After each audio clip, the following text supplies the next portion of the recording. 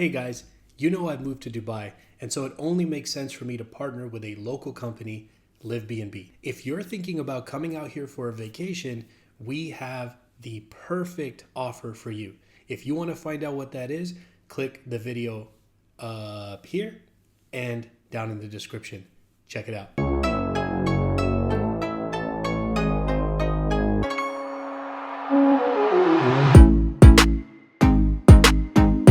What's up, YouTube? I'm Z, and this channel shows you the world through my lens.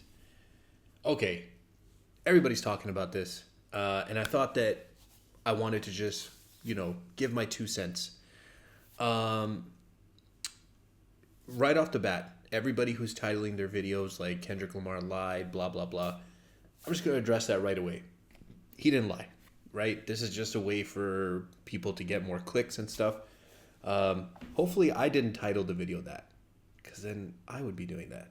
But whatever. I think I'm not going to title it that.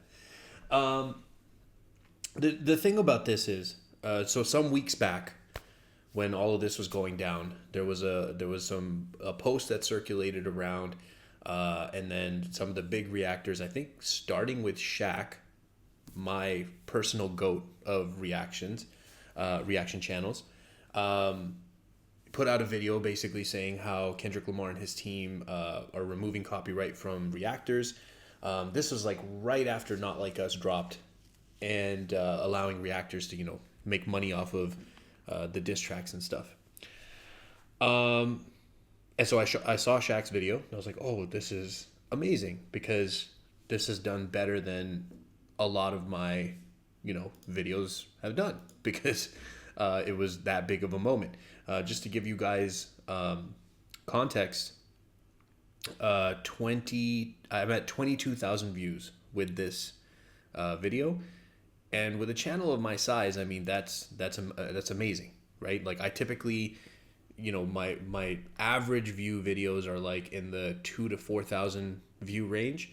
My low views are obviously like 1,000 or less, and then I have these odd ones that will do really well. So it did really well for me, and I was like, oh my god, if I can make money off of this, like it'll be one of my best performing videos. That's really awesome. Now, I had an interaction with somebody in the comments that was talking about this. They were saying, oh, like you don't know anything. You don't even know that Kendrick removed copyrights. And I basically just had an exchange with them. This is probably like a couple weeks after this announcement that they're removing copyrights. For me, the copyrights were actually never removed. So I was never able to, monetize this video. In fact, when I requested to be able to monetize it, I immediately got denied. This is very early. Like I see other reactors talking about like May 25th and stuff. I got rejected on May 5th, I think. I don't know if actually, hold on, let me see. That might not be true. Okay, it doesn't tell me the date. I requested on May 5th. I'd probably have to search through my emails. I don't think it was May 5th, but I got rejected at least a couple weeks ago, I think it was. Anyways, none of that matters. I decided not to say anything about it because I thought if reactors are actually getting the copyright removed, even if it's just some of them, this is a huge moment for our category of videos. And why would I want to soil a happy story with issues of like a little guy like me that barely anybody knows not having the copyright removed? Like if the big guys are getting it removed, great. I shouldn't be barking at the table because it didn't happen for me. Well, I'm nobody. I just started, right?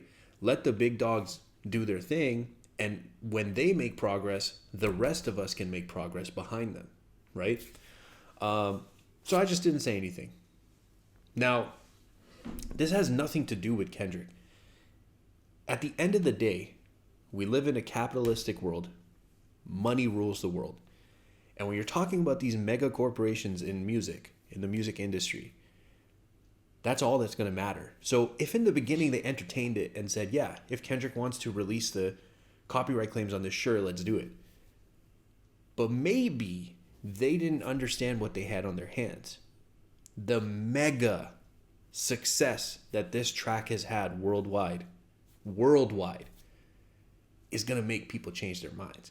Because now we're not talking about a little bit of money, right? When you add up every avenue that this is being streamed on that they could be making money from, yeah, greed takes over. Money wins every single time. It has nothing to do with Kendrick. So stop with the whole Kendrick lied thing. Like, I know you guys are doing it for the clicks.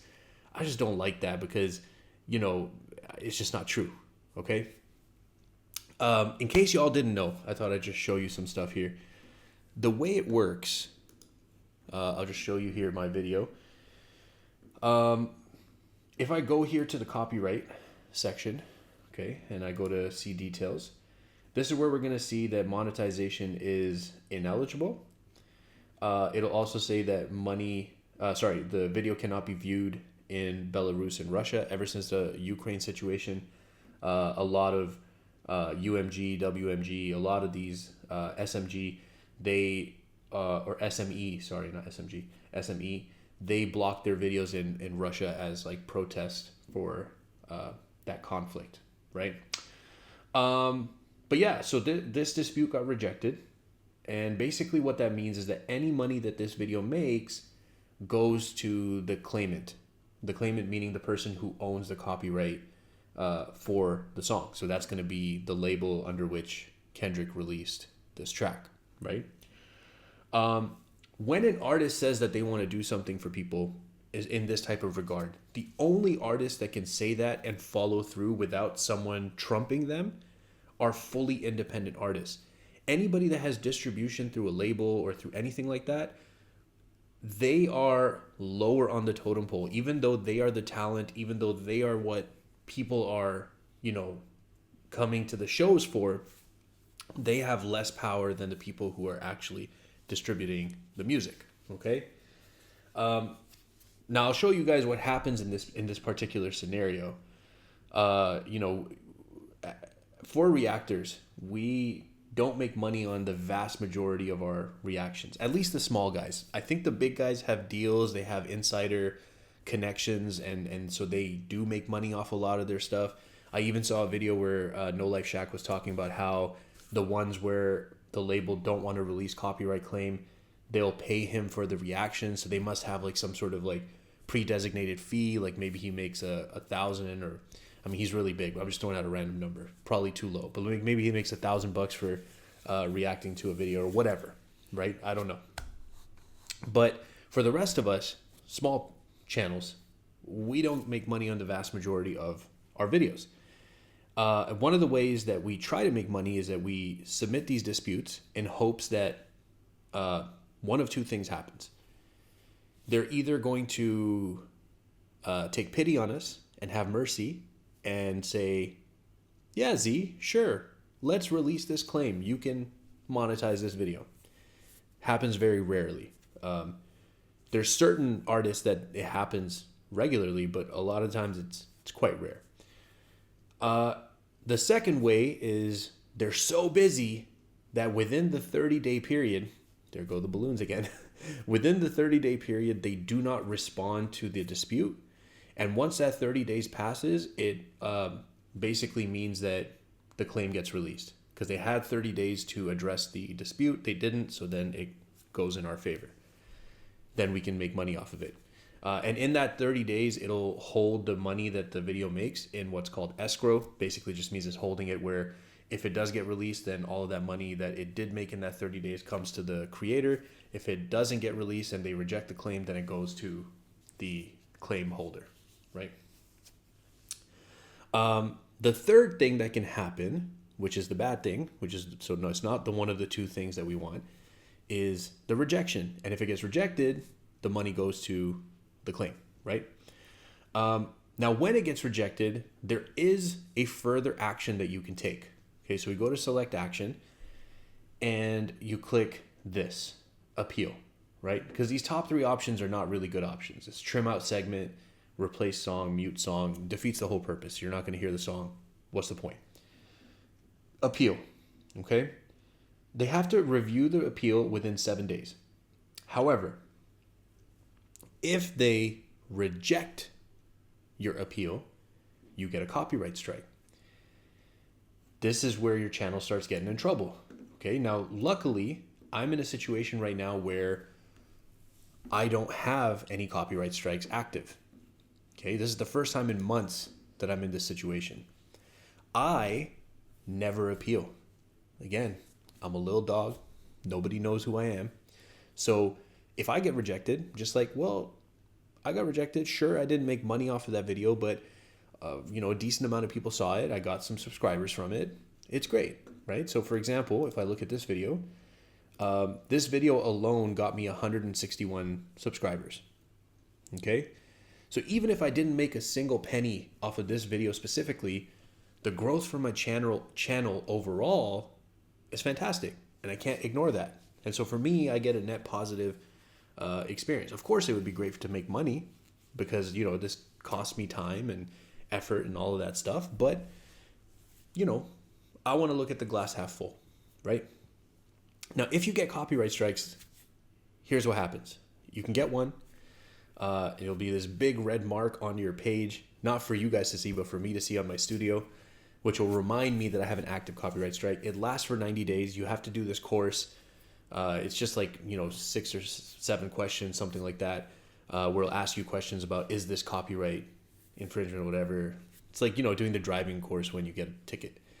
You do that, and then in 90 days, it falls off.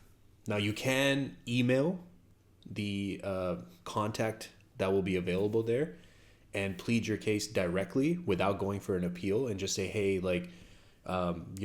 fine, I won't make money off of it, but can you remove the copyright strike, right? So there is that process where they can remove the strike, but typically it's going to take 90 days. I've had to wait 90 days every time.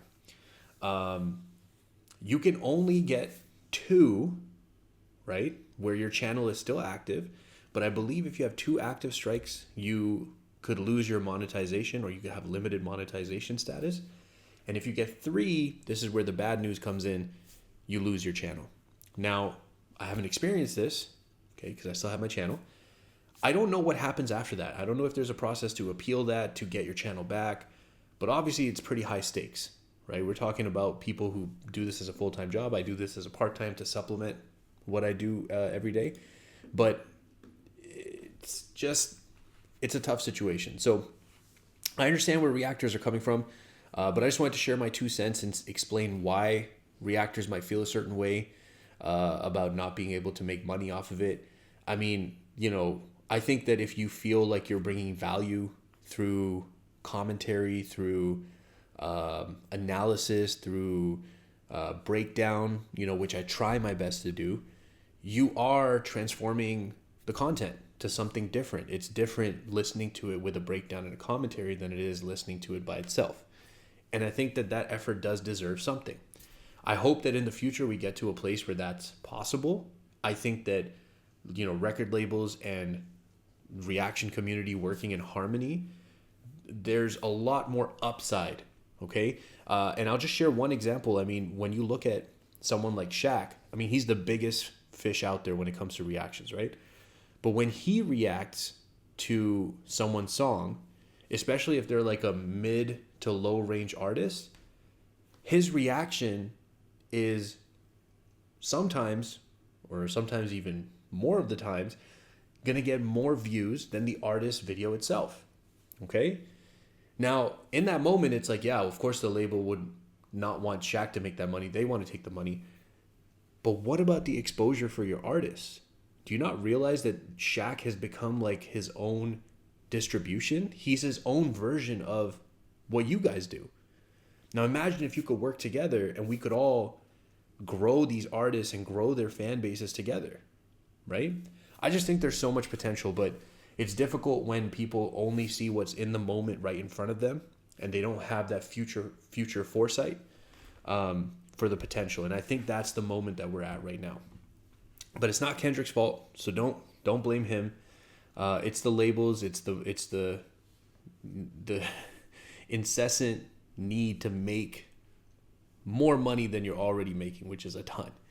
But you know what? I'm just happy to be here. The fact that I can do this, the fact that I have an audience, the fact that I can talk about music, which I'm so passionate about, and put out a video like this and have, thousands of people watch it and comment. it's just amazing that I even get to do this. So I'm just thankful for that. But I just thought I'd give my 2 cents on the situation. If you guys are still here, I appreciate you spending your time with me. I hope you have an amazing day, and I will see you next time.